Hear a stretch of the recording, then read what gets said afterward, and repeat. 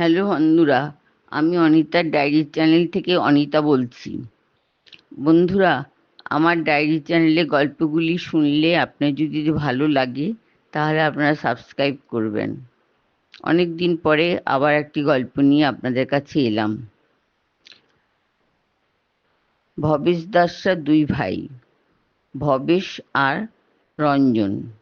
দুই ভাই একসঙ্গে পৈতৃক ব্যবসা করে। তাদের বাবা মারা যাওয়ার পর তাদের সোনার দোকান। কলকাতা শহরে ৩ জায়গায় তাদের বড় বড় ৩টি সোনার দোকান আছে। দাস অ্যান্ড সন্স নামে দোকান। দোকানগুলি বেশ চলতি। লক্ষ্মী দেবী তাদের দুই ভাইকে যেন লক্ষ্মীর ভাণ্ডার উপুড় করে দিয়েছেন। সরস্বতী দেবী তেমন কিছু দেননি। দুই ভাইয়ের ২টি মেয়ে। বড় ভাইয়ের মেয়ে মল্লিকা ২ বছরের বড় ছোট ভাইয়ের মেয়ে যূথিকার চেয়ে। ভবেশ দাসের স্ত্রী ৩ বছর হলো মারা গেছে ব্রেন স্ট্রোকে। মল্লিকার বয়স তখন ৫। মল্লিকা কাকিমা রিনার কাছে মানুষ। কাকিমাকে ছোট মা বলে ডাকে। মল্লিকা যূথিকা একসঙ্গে বড় হচ্ছে। রিনা দুজনকেই নিজের মায়ের মা মতো, পেটের মেয়ের মতো ভালোবাসে। তাদের তো কোনো পয়সার অভাব নেই। যখন যে যেটা চাইছে কাকু বাবা সেটা এনে দিচ্ছে। ভবেশ আর মহেশ দুজনেই মেয়েদের খুব ভালোবাসে। ভবেশ আর বিয়ে করেনি। মল্লিকাই ওর সব কিছু। মল্লিকাকে নিয়ে ওর জীবন কাটাবে ঠিক করেছে। এবার মল্লিকা দেখতে দেখতে সিবিএসই বোর্ডে ভর্তি হলো। মল্লিকাকে যূথিকার চেয়ে দেখতে বেশি ভালো। মল্লিকার গায়ের রং ফর্সা, মাথায় কোঁকড়ানো কোঁকড়ানো চুল। যূথিকার গায়ের রং একটু শ্যামলা, কিন্তু মুখশ্রীটা খুব সুন্দর। যাক, আস্তে আস্তে মল্লিকা বোর্ডের পরীক্ষা দিয়ে স্কুল থেকে বেরোলো। তারপর জয়েন্ট দিয়ে সফটওয়্যার ইঞ্জিনিয়ারিং পড়ার জন্য ব্যাঙ্গালোরে গেল এবং সেখানে ইঞ্জিনিয়ারিং কোর্স করতে শুরু করলো। মাঝে মাঝে ব্যাঙ্গালোর থেকে আসে, এসে কাকিমার সঙ্গে আর বোন যূথিকার সঙ্গে সময় কাটিয়ে যায়। মল্লিকা যখন ব্যাঙ্গালোরে যায় তখন যূথিকা ক্লাস 10-এ পড়ে। যূথিকাও ভালো রেজাল্ট করলো, কিন্তু যূথিকাকে ওর মা রিনা বাইরে যেতে দিল না। কলকাতারই একটি কলেজে ভর্তি করিয়ে দিল। মেয়েরা বড় হচ্ছে আস্তে আস্তে। এখন ওদের এবার পাত্রস্থ করতে হবে, সেই চিন্তা ঢুকেছে। মল্লিকা ব্যাঙ্গালোরে মাঝে মাঝে ছুটিতে আসে এবং কয়েকদিনের জন্য যূথিকার সঙ্গে মজা করে কাটিয়ে যায়। মল্লিকা নিজের কলেজের সিনিয়র ক্লাসের একটা ছেলে প্রদীপের সঙ্গে প্রেম করে। প্রদীপ কলকাতারই ছেলে, পড়াশোনায় ভালো, দেখতেও ভালো, লম্বায় 5 ফুট 8 ইঞ্চি লম্বা। বাবা নেই, মা অর্চনা আর ও দুজনে। বাড়িতে অর্চনা একাই থাকে। দুজনে উইকেন্ডে মাঝে মাঝে মল্লিকা আর প্রদীপ সিনেমা দেখতে যায়, এদিক সেদিকে যায়, বেড়াতে যায়। বাড়ির কেউ জানে না। কিন্তু এইবার কলেজে ক্যাম্পাসিংয়ের পর মল্লিকা একটা চাকরি পেয়ে গেছে। প্রথমেই বিশাখাপত্তনমে পোস্টিং হয়েছে। প্রভাস কিন্তু ক্যাম্পাসিংয়ে চাকরি পায়নি। ও পাশ করে কলকাতায় চলে গিয়েছে এবং ওইখানেই একটা নামকরা প্রাইভেট ফার্মে চাকরি পেয়েছে। মল্লিকার মা মাধবী ছোটবেলাতেই মল্লিকার বিয়ে ঠিক করে দিয়ে গিয়েছিল, কারণ উনি জানতেন যে ওনার শরীর খারাপ, আর বেশি দিন নেই। তাই মল্লিকাকে পাত্রস্থ করার জন্য ওরই স্কুলের বন্ধু তাপসীর ছেলের সঙ্গে বিয়ে ঠিক করেছিল। তখন ওদের বয়স মাত্র 2 বছর। মল্লিকার বয়স 2 আর তাপসীর ছেলে প্রদীপের বয়স 4। তাপসী বলেছিল, তোর মেয়ে এত সুন্দর দেখতে, এত বড়লোক তোরা, আমার ছেলে যদি তোদের মতো তোর মেয়ের মতো উপযুক্ত না হয়? তা বলবে, না, হবে হবে, আমি তোর ছেলেকে দেখে বুঝতে পেরেছি, তোর ছেলের সঙ্গে আমার মেয়ের বিয়ে ঠিক করেছি। এই কথা আমি বাড়িতে রিনাকে, ভবেশকে, মহেশকে জানিয়ে যাব। সত্যি সত্যি মাধবী অর্চনার ছেলের সঙ্গে মল্লিকার বিয়ের কথা রিনাকে, তাপস বা ভবেশকে আর মহেশকে জানিয়ে দিল।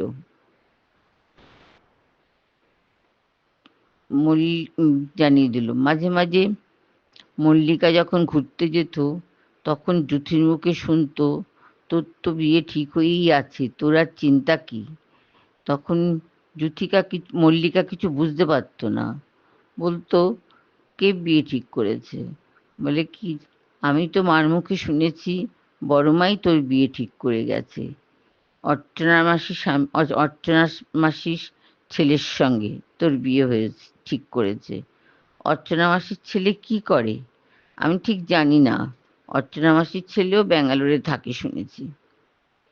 তারপর আর তোদের মধ্যে কোনো কিছু কথাবার্তা হয়নি, কিন্তু মল্লিকা মনে মনে ঠিক করেছে ও প্রদীপকে ছাড়া কাউকেই বিয়ে করবে না।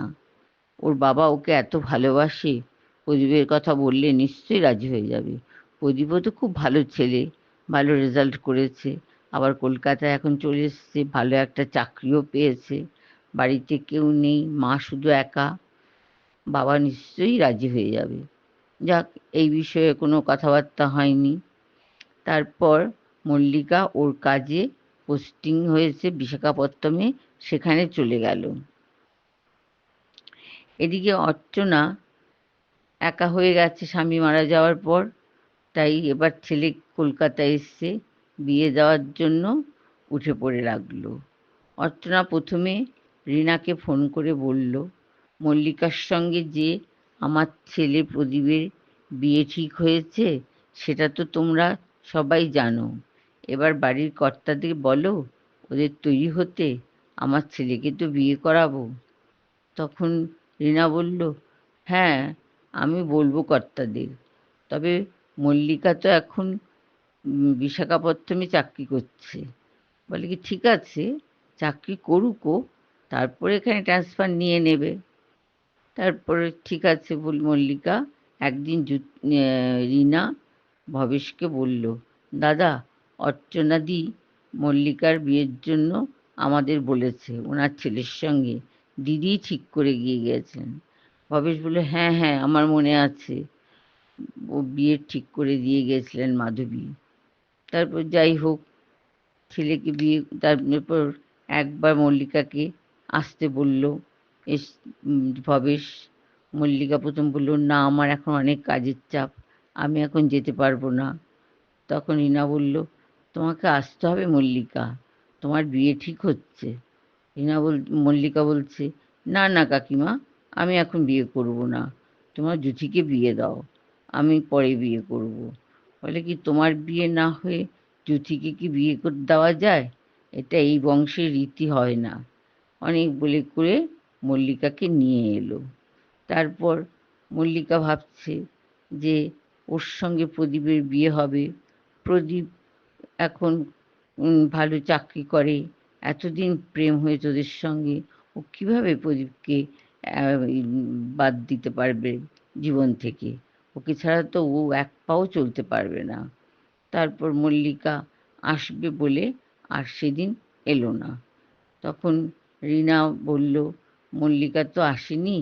অর্চনাদিকে বলল, তুমি মল্লিকাকে একটা ফোন করো। তখন মল্লিকাকে অর্চনাদি ফোন করলো।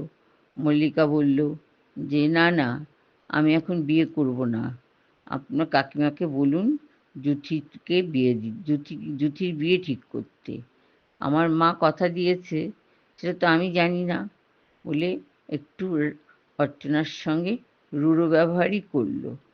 তখন অর্চনা বলল, আমি মিথ্যে কথা বলছি না, তুমি তোমার কাকিমাকে জিজ্ঞেস করো, তোমার বাবাকেও জিজ্ঞেস করতে পারো, আমরা দুই বন্ধু ছিলাম, সেই ছোটবেলা 2 বছর বয়সে তোমাদের বিয়ে ঠিক হয়েছে। মল্লিকা বলে, আমি ওই বিয়ে মানি না, তখন তো আমার কোনো জ্ঞান ছিল না, আমি কিভাবে ওই ছেলেকে বিয়ে করব? 2 বছর বয়সে যে ছেলের সঙ্গে বিয়ে ঠিক করেছে, ছেলে তখন বড় হয়ে কি হয়েছে কি হবে তা তো আর মা জানতো না, এখন আমি ওই ছেলেকে বিয়ে করব না। অর্চনা বলল, আমার ছেলে কিন্তু ভালোই হয়েছে, ভালো প্রাইভেট ফার্মে চাকরি করে, ভালো অঙ্কের মায়না পায়। তখন জুথি মল্লিকা বলল, না না, আমি এখন বিয়ে করতে পারবো না, আমার অনেক কাজের চাপ। এই বলে ও ফোনটা রেখে দিল। অর্চনা নিজের ওপর খুব রাগ হলো। তখন অর্চনা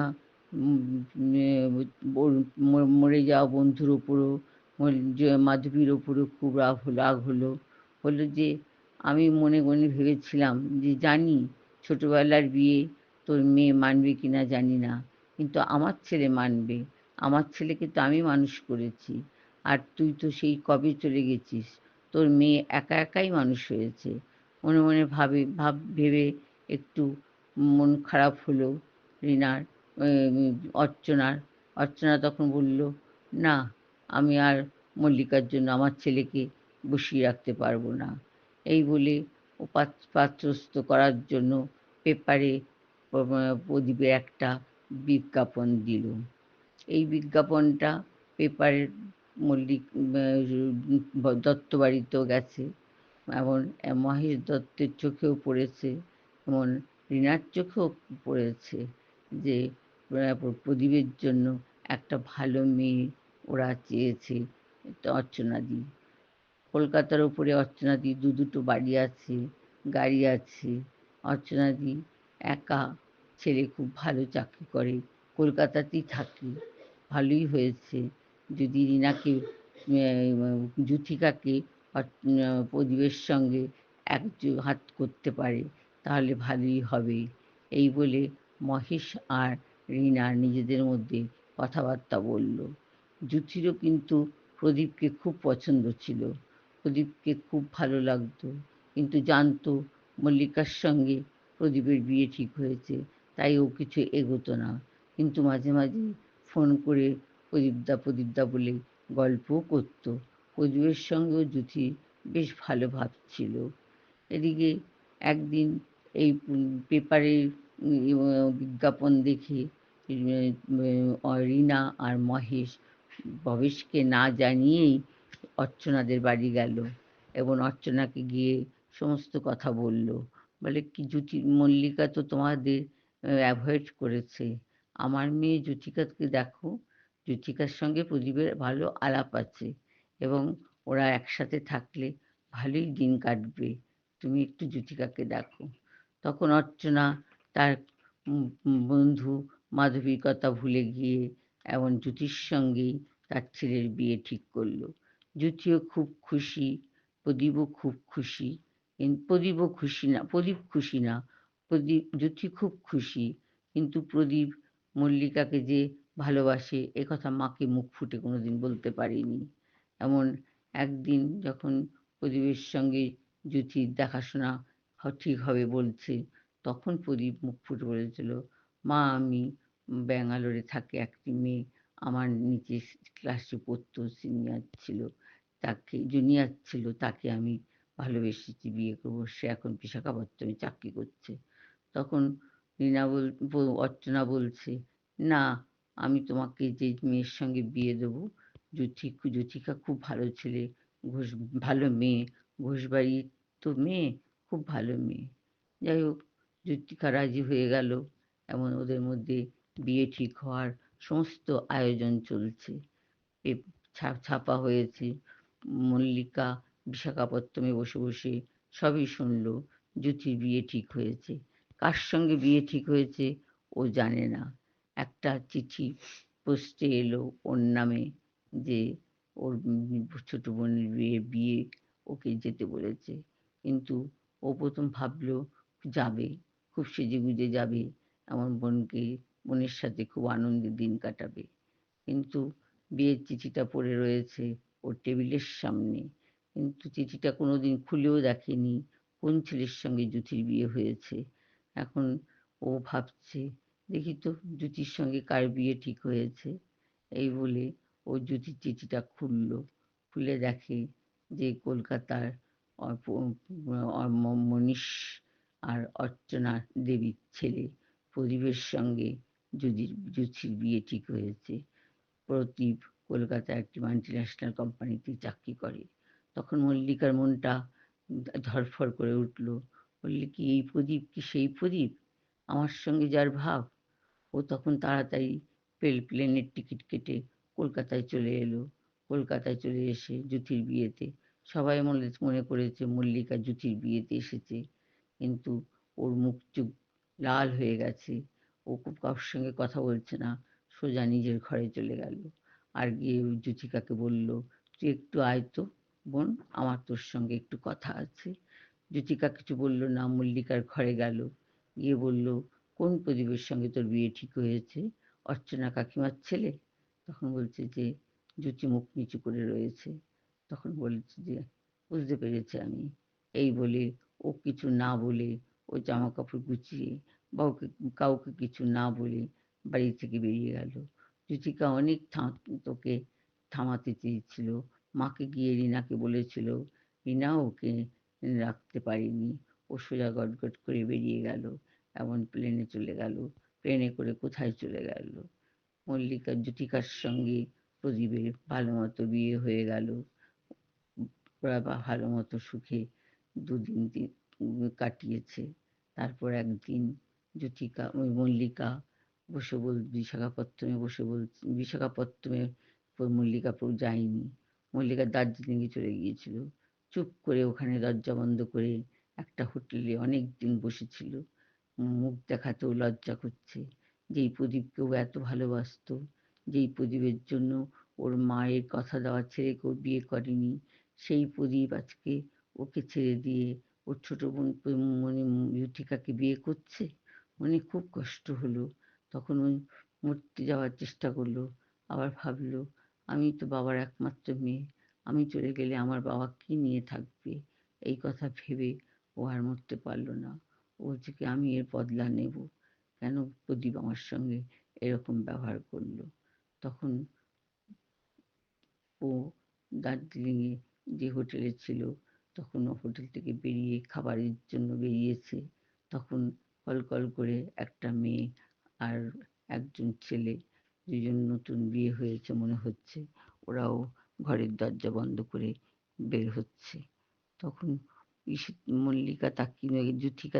মল্লিকা তাকিয়ে দেখে ওর ছোট বোন জ্যোতিকা আর প্রদীপ, ওরা ওদের দেখতে পায়নি। ওরা হেসে হেসে গল্প করতে করতে সিঁড়ি দিয়ে নেমে চলে গেল। মল্লিকা তখন খুব রাগ হলো। বলে কি, এখানেও এসছে আমাকে জ্বালাতে প্রদীপ? তখন ও আবার ব্যাগ ট্যাগ গুছিয়ে আবার সেই দার্জিলিং থেকে বিশাখাপত্তনমে চলে এলো কাজের জায়গায়।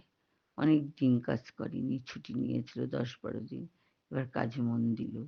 বিয়ে আর জীবনে করবে না ঠিক করেছে। বসে মন দিল।